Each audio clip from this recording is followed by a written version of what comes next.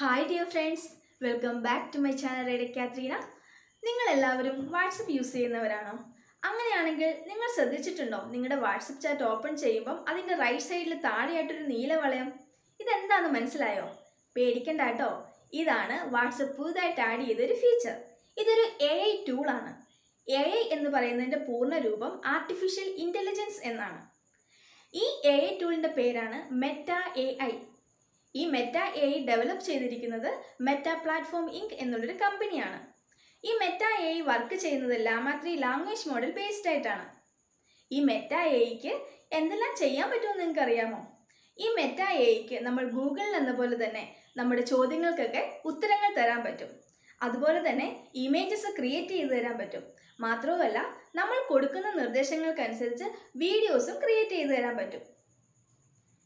ഈ Meta AI നമ്മൾ സ്ഥിരമായിട്ട് യൂസ് ചെയ്യുന്ന ഫേസ്ബുക്ക്, മെസ്സഞ്ചർ, ഇൻസ്റ്റാഗ്രാം മുതലായ ആപ്പുകളിലും കാണാം.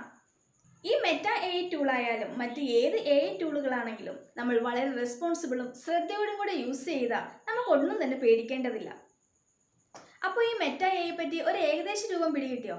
അപ്പോൾ അടുത്തൊരു വീഡിയോയുമായിട്ട് വരുന്നത് വരെ this is Binsy Philip from radio Katrina signing of.